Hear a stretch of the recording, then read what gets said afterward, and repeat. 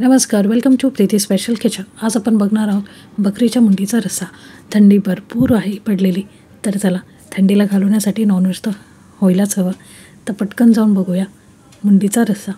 तर अशीच होणार आहे तुमची बकरीची मुंडीचा रस्सा. अगदी टेस्टी, डिलिशियस आणि अमेझिंग आणि अगदी झटपट करणार आहोत. अगदी अर्ध्या तासामध्ये तुमची रस्सा जो आहे मुंडीचा तो तयार होतो. तर चला बघूया ऑथेंटिक पद्धतीने. अगदी सगळे गरम मसाले वगैरे सगळे आपण जे आहे ते घरातलेच टाकणार आहोत. अगदी बाहेरचा कोणताही गरम मसाला आपण टाकणार नाही आहोत. तर चला अगदी परफेक्ट असं प्रत्येक एक इन्ग्रेडियंट बघूया. इथं मी घेतली अर्धी मुंडी घेतलेली बकऱ्याची. तर तुम्हाला हवं तर तुम्ही अख्खी मुंडीही घेऊ शकता, पण आता कमी मेंबर आहे त्यामुळे अर्धी मुंडीचा रस्सा मी करणार आहे. इथं घेतलेला एक मोठ्या आकाराचा कांदा रफली कापून घेतलेला आहे. रफली कापलेला टमॅटो आहे, आलं लसूण आहे, आवडीनुसार कमी जास्त करू शकता. आता इथं आहे वाटण. आता वाटणाला काय काय लागणार आहे ते बघूया. एक कांदा वाटी, इथं सुकं खोबऱ्याचा तुकडा घेतलेला आहे म्हणजे 1/4, आणि तितकंच अर्ध्यापेक्षा कमी वाटी असं ओलं नारळाचे काप घेतलेले आहेत. 5-6 हिरव्या मिरच्या, 5-6 लाल मिरच्या, 5-6 लसूण पाकळ्या आणि 2 इंच आलं. आता इतकंच लागणार आपल्याला रोस्टेड मसाला. आता हे सुके मसाले जे आहेत ते लवंग 5-6 काळी मिरी, एक दालचिनीचा तुकडा, 2 इंचीचा एक मोठी इलायची आणि स्टारफूल अर्धं. आता इथं आधी आपण मटण बॉईल करणार आहोत. तर त्यासाठी मटण बॉईल करताना कधी त्याला फ्राय करायचं, म्हणजे जे त्याचं स्वतःचं पाणी असतं ते आटायला हवं, नाहीतर मटणाचा कच्चा जो वास असतो तो राहतो. तर सगळ्यात प्रथम कुकर ठेवलेला आहे, कारण की कुकरमध्ये आपण कुक करणार आहोत. तर इथं टाकलं तेल छान गरम झालं, त्यात टाकलं एक रफली कापलेला कांदा छान परतून घेतला की त्याच्यात टाकायचा मग टमॅटो. तर आधी आपण टाकणार आहोत आलं आणि लसूण. तर आलं लसूण जे आहे ते आपण ठेचून घेणार आहोत. इथंसुद्धा मी 2 इंच आलं घेतलेलं आहे. मी तुमच्यासमोरच दगडाने ताटामध्येच कुटत आहे. अगदी 2 इंच आले आहेत, त्यामुळे मिक्सर किंवा खलबत्ता नाही घेते मी, जस्ट खलबत्त्याच्या दगडाने मी कुटून घेते आलं, आणि त्याच्यासोबत 5-6 लसणाच्या पाकळ्यासुद्धा. ह्याच प्रकारे तुम्ही बकऱ्याचं मटणसुद्धा बॉईल करू शकता, जसं मी आत्ता दाखवते अगदी त्याच प्रकारे. तर इथं मटणाला जास्त मांस नाही आहे, म्हणजे मुंडीचं मटण आहे तर त्याला जास्त हाडच आहेत, त्यामुळे तर जास्त मांस नसल्यामुळे आपण त्याला लगेच परतून लगेच त्याच्यात पाणी ॲड करणार आहोत. तर तुम्ही बघताल जेव्हा आपण कांदा टमॅटोसोबत जेव्हा परतू तेव्हाच त्याचं पाणी जे आहे ते ड्राय होतं, कारण की जास्त बोन पीस आहे त्यामुळे. तर हे बघा इथं छान अद्रक लसूण ठेचूनपर्यंत आपला कांदा जो आहे तो परतून घेतलेला आहे. आता कांदा हलका गुलाबी झाला की लगेच आलं लसूण जे आहे ठेचून घेतलेलं ते ॲड केलेलं आहे. तुम्हाला हवं तर तुम्ही इथं आलं लसूण पेस्टसुद्धा वापरू शकता, पूर्णपणे ऑप्शनल आहे. आणि हे छान परतून झालं की आता लगेच आपण टाकणार रफली कापलेला टमॅटो. रफली म्हणजे अगदी 4 पीस नका करू, अगदी रफली कापा, पण बारीक कापा. तर आता इथं जसं आपण टमॅटो वगैरे परतून घेतलं की अगदी 2 मिनटातच आपण टाकलं मीठ चवीनुसार अर्धा चमचा किंवा पाव चमचा टाकू शकता. आता असं मी तुम्हाला सांगितलं की अख्खी एक मुंडीसुद्धा तुम्ही ह्याच मसाल्यामध्ये बनवू शकता, काहीच हरकत नाही. पण मेंबर कमी असल्यामुळे मी इथं अर्धी मुंडी टाकते, कारण की खाणारे माणसं कमी आहेत त्यामुळे. आणि इथं टाकली हळद. आता सेम प्रोसिजरने असं मी तुम्हाला सांगितलं, ह्या सेम मेथडनी तुम्ही मटणसुद्धा बॉईल करू शकता. सेम मेथड आहे मटणाचीसुद्धा, पण मटण आपण पहिलं पाणी जे असतं मटणाचं स्वतःचं ते आटवतो. तर ह्याला जास्त बोन पीस आहे त्यामुळे आपण ह्याला जस्ट परतून घेणार आहोत. आणि बघितलं तुम्ही मी मुंडी टाकलेली आहे त्याच्यात मटणाचे पीस मुंडीचे. ते छान असं परतून घेतलं की लगेच जे पाणी असतं स्वतःचं ते लगेच आटतं, कारण की जास्त पाणी नाही सुटत, कारण की मांसाळ भाग जास्त नसतो त्यामुळे. तर आता ह्याला जास्त ड्राय झालं आहे, जसं अगदी 5 मिनटाला लागतं ड्राय होण्यासाठी. अगदी मीडियम फ्लेमवरती मी हे ठेवलेलं आहे गॅस कुकरचा. तर चला आता अगदी 5 मिनटं झाली की याला परत स्टर करून घेऊया. मीडियम फ्लेमवरती याला बस फ्राय करून घ्यायचं आहे की याचं जे रॉ स्मेल आहे किंवा एक कच्चा वास असतो मटणाचा तो निघायला हवा. त्याच्यानंतर इथं मी टाकले गरम पाणी. अगदी 2 ग्लास मी इथं गरम पाणी टाकलेलं आहे. मी केटलीमध्ये ऑलरेडी गरम पाणी घेतलेलं 2 ग्लास करून, त्या तुम्ही मोजूनही घेऊ शकता 2 ग्लास. तर इथं मस्त या सूपला जेव्हा पाण्याला उकळी आली त्याच्यानंतर आपण कुकरचं झाकण लावणार आहोत. आणि अगदी 6-7 शिट्ट्या तुम्हाला याला काढायच्या आहेत, कारण की बोन पीस आहे ते छान शिजायला हवे आणि त्याचा अर्क निघायला हवा रस्स्यामध्ये, त्यामुळे ते इथं 6-7 शिट्ट्या मी काढलेल्या आहेत. आता 6-7 शिट्ट्या आपल्या काढून झाल्या की नंतर कुकरची फ्लेम स्लो करायची.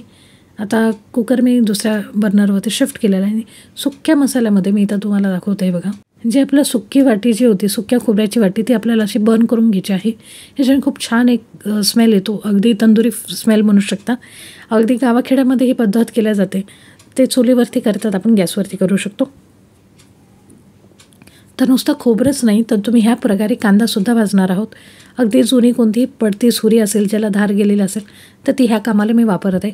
तर हे बघा, खोबरं भाजून झालेलं आहे. खोबरं भाजलं कसं कळतं, की अगदी ते बाहेरच्या बाजूनेच भाजलं जातं. त्याला जसं तेल सुटतं, ते जसं तेलकट वाटतं, की समजून जायचं की ते भाजलं आहे छानपैकी. पूर्ण काळं करायची गरज नाही, तर मसाला पूर्ण कडवट होईल.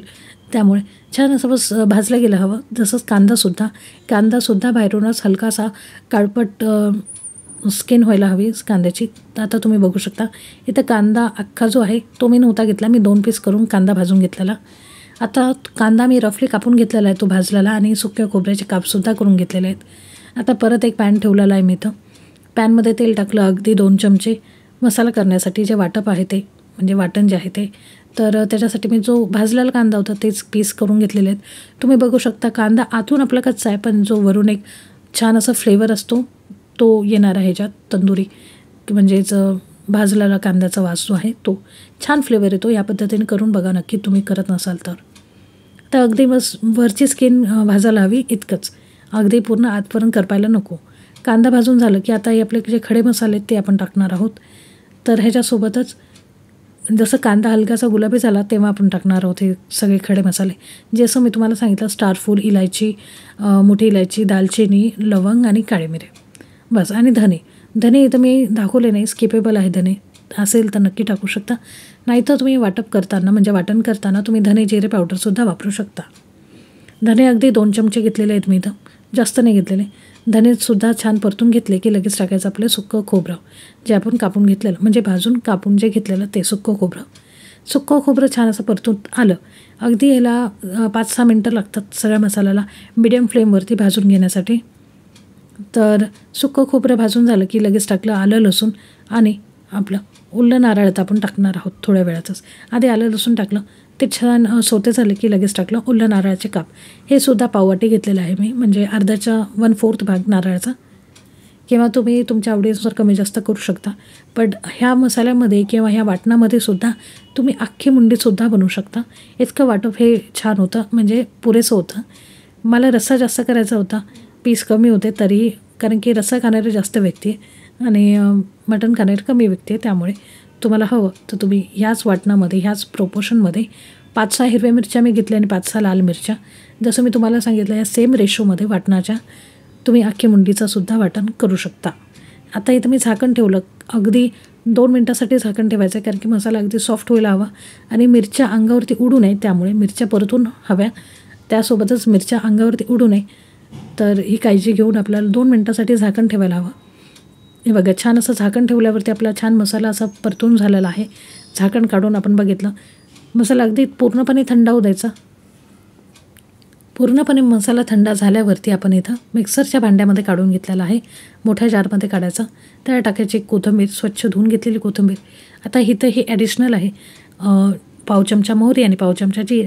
ह्याच्याने सुद्धा मसाल्यामध्ये एक जो कच्चा वास असतो, म्हणजे फ्लेवर असतो, रॉ स्मेल जो असतो मटणाचा, किंवा कोणाला आवडत नाही तर तो वास येत नाही. ज्यांना माहीत असेल त्यांना कळत असेल की रॉ स्मेल असतो तो येत नाही. मोहरी आणि जिरे टाकणं अगदी ऑप्शनल आहे, नसेल आवडत तर नाही टाकलं तरी चालेल. मोहरी नका टाकू, पण जिरे नक्कीच तुम्ही टाका. पाणी टाकून अगदी 1 ग्लास नाही, 1 कपभर पाणी टाकून मी इथं वाटून घेतलेलं आहे वाटण. आता थोडं पाणी करूनच आपण वाटून घेतलेलं आहे. अगदी 1 कपच पाणी लागलेलं आहे. 1 ग्लास बाय मिस्टेक माझ्या तोंडातून निघालं, 1 ग्लास पाणी टाकू नका. आता इथं तोच पॅन मी ठेवलेला आहे. पॅन छान गरम झालं, त्यात टाकलं 2 चमचे परत तेल, ग्रेव्ही फ्राय करण्यासाठी. आता इथं लगेच ग्रेव्हीचा मसाला जो आपण वाटण केलेलं ना तो टाकणार आहोत. ते बघा, छान असं कलर आलेलं आपल्या वाटणाला. आता ह्याच्यात आपण गरम मसालेसुद्धा टाकलेले आहेत, लाल मिरचीसुद्धा घेतलेले आहे. लाल मिरची मी सांगायला विसरले, जी आपण लाल मिरची घेतलेली ती बेडकी लाल मिरची होती. तुम्हाला हवं तुम्ही कश्मीरी रेड चिलीसुद्धा घेऊ शकता, किंवा रेड चिली पावडरसुद्धा घेऊ शकता, कश्मीरी किंवा बेडकी. आता होते माझ्याकडे अवेलेबल, त्यामुळे मी घेतले. असेल तर नक्कीच घ्या अख्ख्या लाल मिरच्या, छान फ्लेवर येतो. जे आपण वाटणामध्ये जे अख्ख्या लाल मिरच्या घेतो ना त्याचा. आणि आता ॲडिशनल जसं मी तुम्हाला सांगितलं मी बेडकी लाल मिरची घेतलेली, तर ती इतकी जास्त काही तिखट नसते, त्यामुळे मी आता हळद टाकलेली, कारण की ग्रेव्हीला हळद हवी. ग्रेव्हीमध्ये मी हळद नव्हती टाकलेली मसाल्यामध्ये. आणि इथं 1 चमचा परत काश्मीरी लाल तिखट पावडर. बेडकी आणि काश्मीरी मी दोघं वापरलेले. तर इथं काश्मीरी लाल तिखट, कारण की आपल्याला तवंग यायला हवा, छान तर्री यायला हवी. आता असं अगदी 2 ते 3 मिनटं मसाला छान परतून घ्यायचा. मीठ टाकायचं चवीनुसार ग्रेव्हीपुरतं. आता छान याला परत 5 मिनटं उकळून आली, मसाल्याला तेल सुटलं की लगेच ह्याच्यात टाकलं अगदी 1 ग्लास गरम पाणी. मिक्सरच्या जारमध्ये मी वॉश करून घेतलं मिक्सरचं जार, हलवून घ्यायचं, शेक करून घ्यायचं आणि ते पाणी टाकायचं. अगदी कडक पाणी नव्हतं घेतलेलं मी, कोमट पाणी घेतलेलं मिक्सरच्या जारमध्ये, म्हणजे ते शेक करता येईल हवं. रस्स्यामध्ये पाणी टाकलं मसाल्यामध्ये की त्याला मस्तपैकी तवंग येतो. उकळी आली की हे जे वाटण आहे ते आपण बाजूला ठेवूया आणि आता कुकर ठेवणार आहोत आपण. तर बघा कुकर मी घेतलेला आहे. कुकरचं झाकण उघडून आपण बघूया.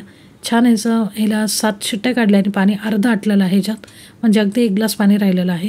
त्याच्यात हे जे ग्रेव्ही केलेली आपण जे वाटण केलेलं आहे ग्रेव्हीचं, ते पूर्ण आपण ह्याच्यामध्ये टाकून घेऊया. आता ह्याच्यात आपल्याला ॲडिशनल काही एक टाकायचं नाही. आता बस आपल्याला ह्याला 1 शिट्टी काढायची आहे, झाकण लावू.